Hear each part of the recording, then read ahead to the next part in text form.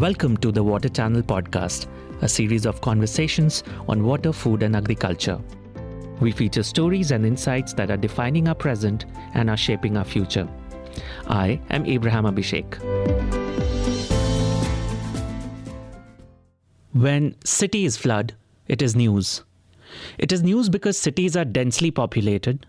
And when cities flood, hundreds of thousands or even millions are affected at once. It is news because, fairly or unfairly, cities are thought of as representing civilization itself.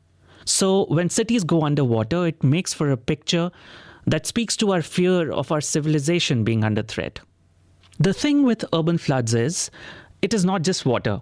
What enters homes, drowns schools, runs through markets, what people drown in or wade through, is not just water, but a mixture of water, sewage, and all kinds of waste from all over the city. You probably hadn't thought of this unless you had experienced an urban flood firsthand, like our guest today, Krupa GE. Krupa is a writer and editor from Chennai, a more than 300-year-old coastal city in southern India, which is home to 7 million people. Krupa has written and edited for leading news publications and is the winner of several journalism awards. She has also written the acclaimed novel called What We Know About Her, which came out earlier this year. In 2015, Chennai was hit by a major flood, considered to be the worst flood to hit that part of the world in a century. Chennai citizens like Krupa had their lives turned upside down at the point of impact of the floods, but also several months after. There was lack of early warning, lack of relief and aid, lack of information, and lack of accountability all around. People of Chennai were angry and frustrated. Krupa started investigating the whole thing as a private citizen. She was no longer the journalist at that point. After years of research, interviews, official inquiries from the government, and sifting through facts and narratives, she wrote a book called Rivers Remember. The book chronicles the flood and tells the story of how the narrative around it evolved. The narrative started as being one of heavy rainfall, of climate change, and of an unsuspecting city that had to bear the brunt of nature's wrath. In 2018, a federal investigation categorized the floods to be a man-made disaster and held the government of Tamil Nadu state, of which Chennai is the capital, to be responsible for the scale of the catastrophe. Rivers Remember came out in 2019. It is in the news again, as Chennai and actually much of South India is faced again with rains and floods. And people ask, what is causing these floods? Nature or bad flood management? How can we cope with urban floods better? And will they ever stop? Krupa, let's start at the beginning. What was growing up in Chennai like? Well, for me, it was, it's home. And it was Madras when I was growing up, and it's a calm, quiet sort of a space. As you know, it has better social cohesion than a lot of other cities in India, and so relatively calm and sort of conservative, but also you can get away with a lot of things in that you possibly can't in the north of India.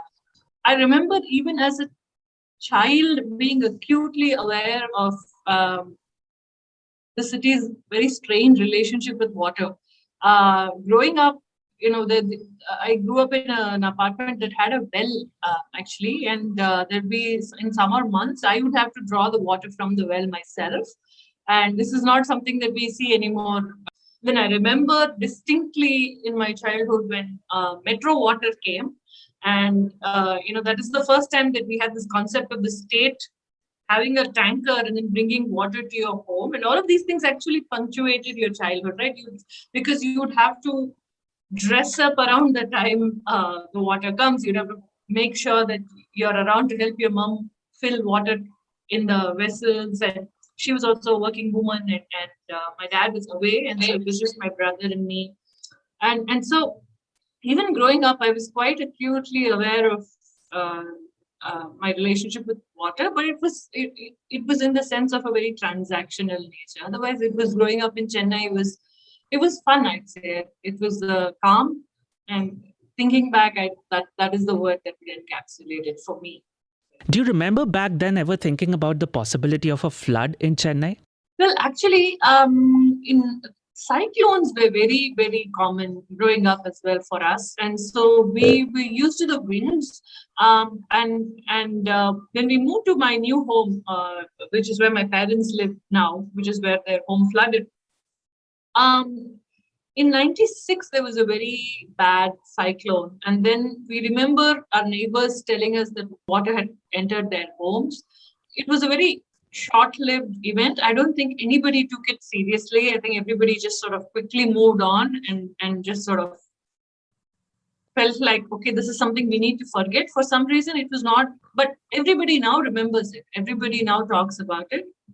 They say, oh, I remember this happened to me in 96, but nobody really marked it, I think, in that year very seriously. At least I was too young maybe to realize it.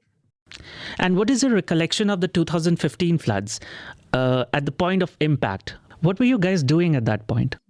We were completely cut off. We were in a sense some kind. We were in an information blackout, which is what was extraordinarily frustrating. We didn't even know that the floods were happening. So that is how clueless we were, because there was a power cut across the city and nobody knew that so much water was being released.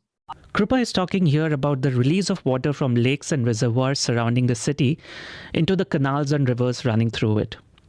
Through much of November 2015, Chennai and its surrounding areas had received loads of rainfall, more than 1200 millimeters, which is 3 times the average rainfall around that time of the year. This had filled up the Chembarambakam Reservoir, one of the 2 major sources of water supply to the city.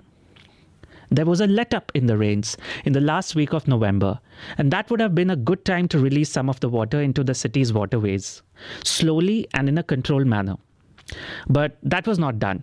So when it started raining really hard on December 1st, filling up the already full Chembarambakam, authorities had no option but to release loads of water very quickly.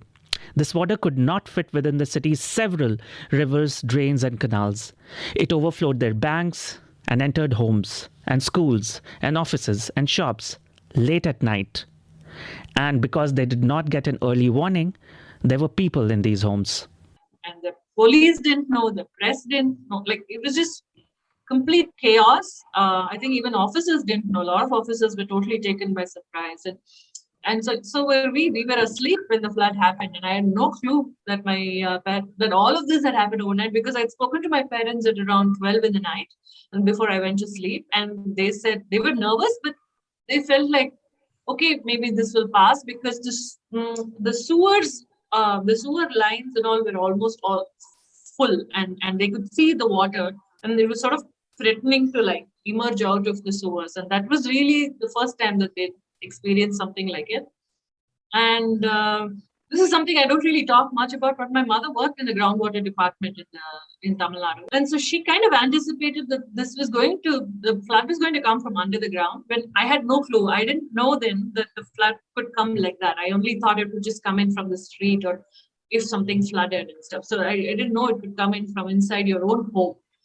At 4, I think their home flooded. And the next day morning, I got a call at around 8, I think, from my dad, or 8 or 9 from my dad, from a neighbor's phone. And he said that last night our home flooded and we're now up in safety and we can't really talk much. We'll get in touch with you if there's an emergency. And then he hung up and went away. That's it. And then I got in touch with him 3 days later. You approach the story in a deeply personal way. The book begins with an account of your parents constantly checking the sewerage drains, then to your own experiences of the flood, the drowning of your car, etc. And also in your investigation of the flood, there was a fair bit of emphasis on the impact of floods on people's bodies, their personal belongings, their families, their lives. Could you talk a bit about why you decided to use this approach, this very personal perspective? I'm not really an expert in floods, and I don't know geography, I don't know topography, I don't know water systems. I went in to learn all of that because of what had happened to me, and I wanted people to sort of know that as well. And this was the only way for me to engage with it, because I had to start from where I felt like it would be totally pointless if I didn't say my story. That was the whole point of writing the book. and I thought it would actually help people understand that they could be, and it has resonated with so many people because of that, right? Because there have been floods now across India, and there's so many different cities, and people are able to quickly make that connection and say, "Oh yeah, that's what you were talking about." So and I always thought of myself as a writer first, and so even as a writer, the artistic call for me here was to sort of, find what I would do as a writer, what is at stake for me in this as a writer, and this is what was. And I had to say this story. During the floods and in the immediate aftermath, were people angry? Were Chennaiites angry? And who was this anger directed at? I think the people knew who was responsible, and the anger was palpable because immediately there was elections. Even though the same party came back to power, in all of the places that had flooded, the party didn't do well. They lost. They were wiped out of Chennai completely in the last elections. They won in other places to sort of and then made up for it. And people, the press, because when Jayalalitha was alive, who was the chief minister then, uh, she was extraordinarily sensitive about any sort of criticism, and she wouldn't tolerate it even in the press. She would drag them out to defamation cases. And there was a lot to, you'd have to pay. And despite that, the media in Chennai sort of braved it and reported that it was the delay in opening the floodgates of the reservoir in Chennai that caused and that the and that the buck stopped at the chief minister's chair, and it was pretty. Everybody knew it was common knowledge. By the end of a few days, maybe by 10 days, I think this news had reached all of us. What do you mean by Chennai media? The floods were big and Chennai is a major city. Wasn't this covered by the national or international media as well? By the time they picked it up, I think the flood was over here because they, first of all, by the time they realized that a flood was happening here, there was no way for them to reach us. And several media offices were themselves flooded, and like Tamil channels stopped relaying news because their offices were marooned and there was no electricity and there was no way to run a generator and stuff. So basically, there was an information blackout. And then by the time these people came to figure out what was going on, the flood had come and gone, and nobody cared about them. And then they came to cover the aid work that people were doing finally. They didn't actually, they came to celebrate the volunteers and stuff, but because they knew that now there's a story for the whole world to watch. But they didn't, what Rajdeep Sardesai calls the tyranny of distance, like basically, uh, they were all, I don't know, we're all products of it, I suppose. So there was no coverage about the floods in the mainstream media for a long time. And I did write a chapter about this because I felt like it was infuriating not having information during those few days, and they totally failed us. Even as Chennai was marooned from the rest of the country and perhaps from the rest of the world, in a manner of speaking, what with the lack of physical accessibility and the information blackout, you talk about how the local media and the citizens rose to the occasion. The subtitle of your book is #Chennai Floods, which reflects how social media was a big part of the rescue and relief work. Could you talk a bit about that? So actually, the aftermath of the flood, the administration was nowhere to be seen. They entirely abandoned us, and I think that is another reason for the anger. There was just no sense of whether we even had a state government, in the aftermath of the flood, and almost 90% of the relief work was done by private citizens, and they were shouldering immense responsibilities. They were organizing. There was trucks and trucks of relief material coming in from other states. People rallied around their friends and actors, and everybody pulled in, and they sort of started to. I don't know. I think that we were all groping in the dark, and then we just sort of quickly formed what you call a human chain, and then we decided, okay, this is how we are going to do this. This is what we are going to eat. This is what we are going to give people, and it was uh, it was spontaneous, I would say, and it was also extraordinary. It was there was a lot of that was done by very very ordinary people went above and beyond to help others, and it was really a stunning moment in I'd say in the history of the city. I think we would have to mark that particular response of the city uh, as like a sort of a landmark moment, and I think it sort of also paved the way for, if you look at uh, how politicized people had become after that. Like immediately after that, you had like the Jallikattu protests that happened in Tamil Nadu, and you saw that people were now able to come quickly together and sort of say what they wanted to the state. And I think this may have had something to do with that.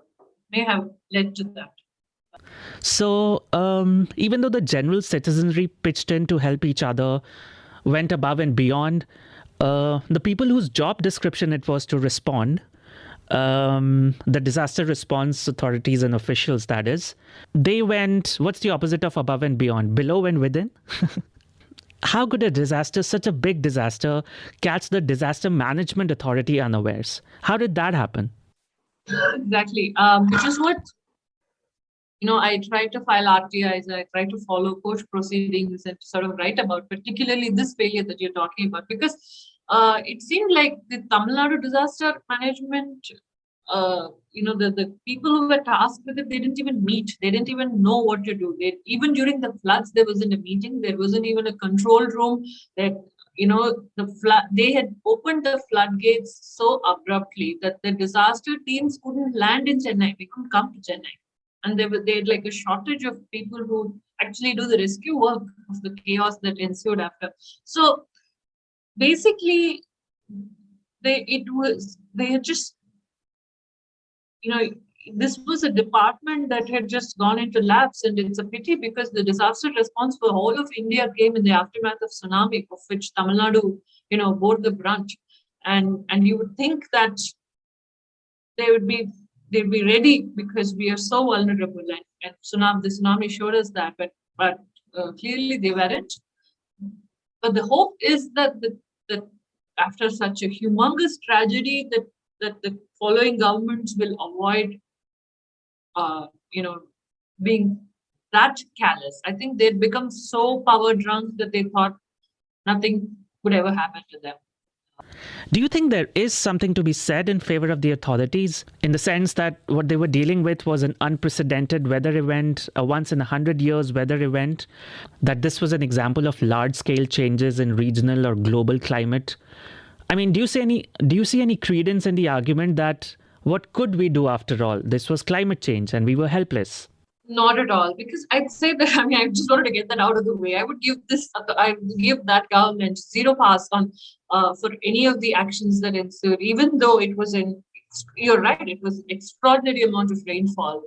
That is what led to the flooding, absolutely, and because it had happened in the upstream area where the reservoirs are, and so they had filled up, and then the clouds just wouldn't move, right, basically, and they would just pour down on top of the reservoir. And yes, I agree with all of this, but the problem was the inaction that followed at every step of the way, and at every step of the way where you could have intervened as the administration, you failed, and that is what led to the floods. And your own audit body has now said that you caused the floods, and it wasn't the rains. So if they understood that they're sitting on a mine with these reservoirs all around the city, and not releasing water, and if they'd realized it just then, and then if they delegated, which was, big pet peeve of Ms. Jayalalitha, she hated delegating anything to anybody, and if they delegated, I think half this problem wouldn't exist, because there are specialists, right? There are engineers, there are officers whose job this is. They should have been allowed to do their job. And right now, in these particular floods, in these particular rains that we've seen in the last a couple of days, we've received already about 70 centimeter rain in the month of November. And during the floods of December 2015, we received about, I think, 110 centimeters in over a period of 1 month. So we still might end up meeting that year now, this time. What the one big difference that we are seeing is I think that government is scared, and you can see that they want to act and they want to be seen as acting, and that they want to be seen as delegating. They've said the collectors are in charge now, that they will do it, and so the officers are playing by rules. They are who rules are for, right? So this is what was important even then. And if that government had done all of this, and despite that we'd been flooded, of course, we would have said that, yes, you did your best and this is what happened. But we're going in circles there because they did their worst, which is why we flooded. So they waited until too long and then they opened the floodgates at once and then they drowned the city without giving them any information. This is what happened. This is the sequence of the 2015 flood. You referred to the floods we are in the middle of at the moment in South India. Let's talk about that. You mentioned that this time around the government is a bit more scared of the people, of the consequences of not doing a good job. You mentioned that the response chain of command is a bit more decentralized. Apart from these two aspects, what else is different about the authorities' response to the floods this time around? I think they're doing a little better with, managing the reservoirs and tallying it up with the rain forecast, which is something that was missing earlier, and which is something that needs to be done in a much more scientific manner. There should be the two departments should always be talking to each other. The weather forecast department as well as the reservoir department should always be in conversation with each other because, we've seen what can happen if they don't talk to each other. And so I feel like they've now sensed that the two are related, and so they're trying to coordinate. But I feel the work that needs to be done is much bigger, and there needs to be some scientific intervention, in that area. And the other difference I'd say is the rest, because this is still a relatively new government. The response has been quick, and you've seen an administration on the road. You saw the chief minister in his gumboots walking in the rain. You saw ministers and mayors on the roads, and you saw.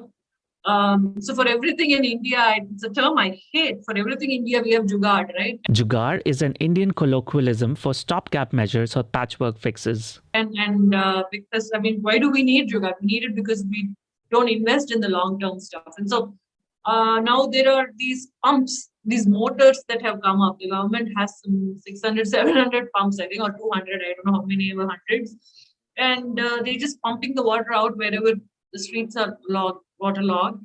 And they're making sure that the subways don't get marooned. And, they're basically like an ad hoc measure.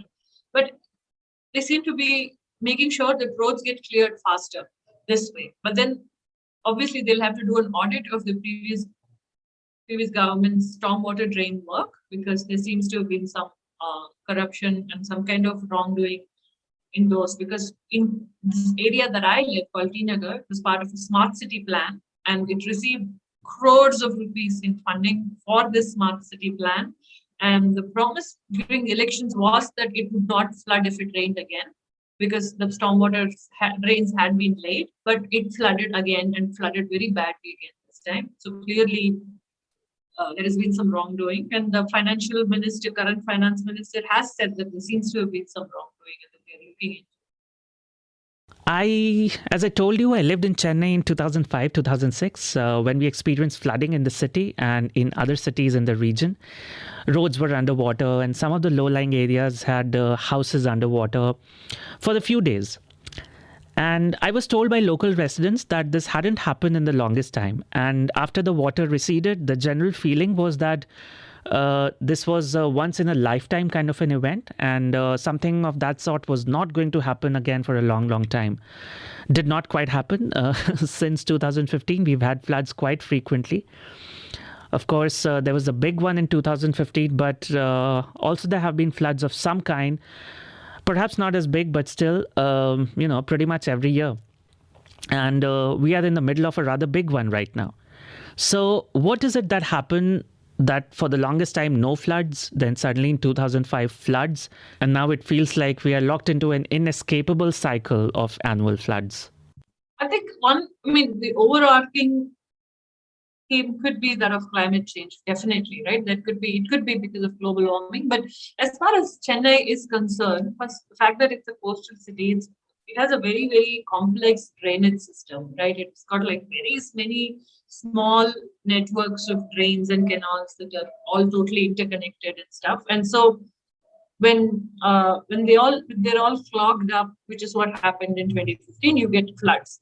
But then what your question of what happened before 2005, that's like, before 2005 we don't remember so many floods in our memory.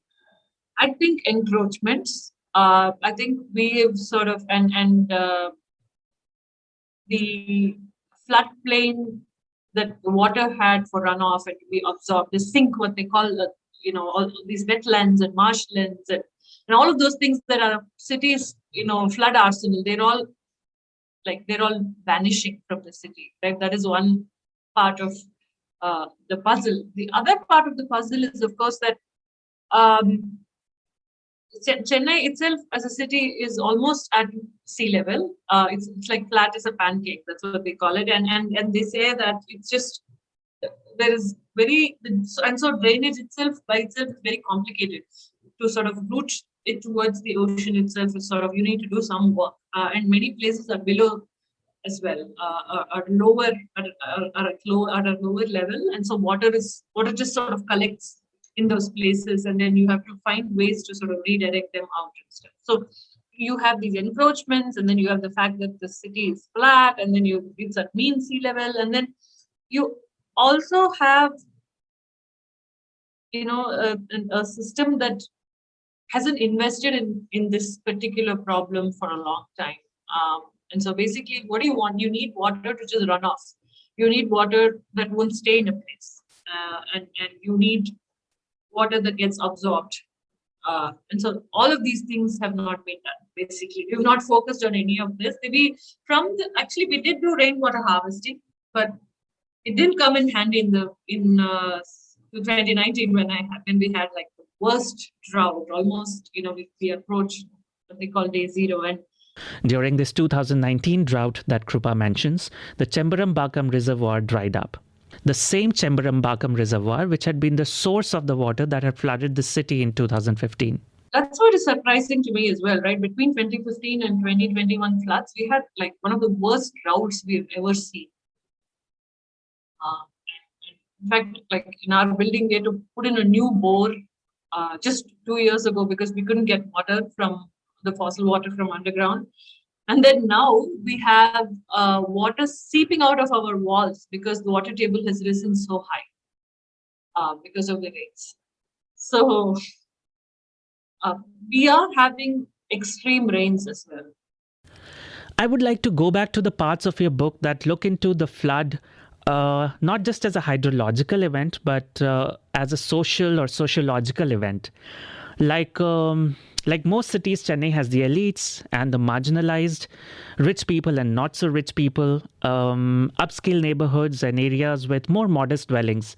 How did the flood affect these different people and these different areas differently? In the aftermath of the flood, you had a lot of people saying, "Oh, the flood is a great leveler." Everybody was out in a boat on the street, and you could be rich, but you still had to walk. But the flood was not a leveler. Come on, we're just kidding ourselves when we say that. Except, like, for a lot of people, their lives went back 10 years. Especially the really marginalized, they lost everything, and a lot of people lost like their tools of their trade.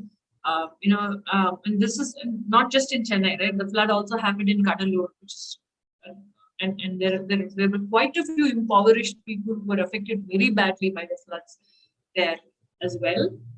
People were ready to help, most certainly, in the aftermath of the floods and all of that. But there was always there was some tension. There was some social tension that was there in the aftermath in many places, because people didn't know how to do the aid work with humility. When you go into an area where the marginalized live, and so that it did lead to some tension. There was some looting of aid as well that would happen in many villages. The able-bodied, the upper caste would corner the aid. And so the really marginalized, the women, the children, they wouldn't get the aid. And so a lot of NGOs were needed at that time to sort of intervene and make sure that there's some equitable distribution of aid. And most certainly, uh, the marginalized castes, the oppressed castes of India suffer when there is a an extreme weather event because of the conditions under which they're forced to live, and because in Chennai, especially all along the water bodies, it is they are there who live. No, they are living around there, and they're the ones who bear the brunt of these floods. And 5,000 rupees that you give in the ration after the floods, and then whatever little one sari and one dhoti is not going to be enough at all for them to get back up on their feet and move ahead in life. And so that was one aspect of the fact that they are affected more. The other aspect is that in the other marginalized, the fishermen, they were doing the brunt of the work that was meant to be done by the state in the aftermath. Even they were left in the lurch. Like a lot of their boats were left behind after the waters had drained, and they had no way to transport them back. Many of their boats were broken because they were taking the boats out onto the main road, and it would hit, like a divider on the road or a car that is just under the water in the road and stuff. And a lot of their boats were damaged, and they received no help. In the aftermath of it, even though they came to help us for free. The sanitation workers who came to clean the city as well, right? So that was a big focus of my book, because it was a very, very frustrating thing because somebody died. Somebody was brought in from another part of this state to clean the waste that was left behind by the flood and died here. And they all, and most of the workers belonged to one particular caste, and they were brought like cattle. That's what their leader called it when he was talking to me for the interview for the book, in a lorry. And then they weren't given, decent lodgings. They weren't even given like a glass to drink water out of. It was really pathetic, the treatment of the sanitation workers in the aftermath of the floods. How was your own journey of covering the floods as they were unfolding or in the immediate aftermath, but also long after the event, as you looked back and tried to analyze and figure out what happened? Yeah, so the first question that was on my mind was, the first thought that was on my mind was, what is going on? That was really, what just happened? You don't even know, something has just hit you and gone, and nobody's taking responsibility for it. Nobody's around, and you just. So that was the initial reaction, in fact. And then I read and I heard every news piece I could about it. And because at that time I was not doing it as a journalist, I was just doing it as somebody who was hit by the floods. And I was trying to figure out what is going on. And that is what, in fact, what I was reading increasingly was frustrating, because every question I had led to the state not having done its job. Every question I had, the answer was, they didn't do this, they didn't do that. So one of the things that my mother told me was, nobody came on the street. So usually if a place is going to flood, the officers are required, or somebody from the department is required to walk around that area announcing that this place is going to flood, please leave. Nobody did that. There was no clue also for my parents that their street was going to flood, and to flood to that extent. And so, and this is an affluent part of town. If they didn't get it, obviously the not so affluent parts of town also didn't get it. And so that is where my questions really began. Like, how come nobody warned us, that this was going to happen? And I had no answers. There's just no answers for it for a long time, which is when, after waiting around for a year or so, I decided, what, I've had enough. Now I need to go in there and find out what happened. And so for me, it was how I describe the experience first is this extremely frustrating, really, really bleak. And it was extraordinary, actually, seeing how our bureaucracy works at such close quarters, especially because you'd heard such great things about the bureaucracy in Tamil Nadu, especially. They say that, oh, they're the best and they do so well. And see them being so inefficient, to see how they were. So this is what politicians can do. They can even take a perfectly working system and then they can reduce it into, and then they can incapacitate it. That's what my experience was, to seeing that nobody was allowed to do their job well, and it was frustrating. And as the RTI, so I filed several Right to Information Act petitions, and as the answers started coming, it was infuriating, and you could see that not only had they bungled up the response, but then they tried their best to cover their tracks afterwards, for long afterwards. And so that is why the book itself is at many places angry, is because of that.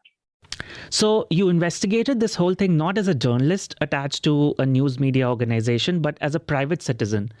What motivates a private citizen to undertake something like this, to investigate, to file right to information inquiries? I know from experience that filing right to information inquiries is not like typing a question into a website and then you get your reply back in your email. I think the motivation really was the anger, the frustration of having lost so much.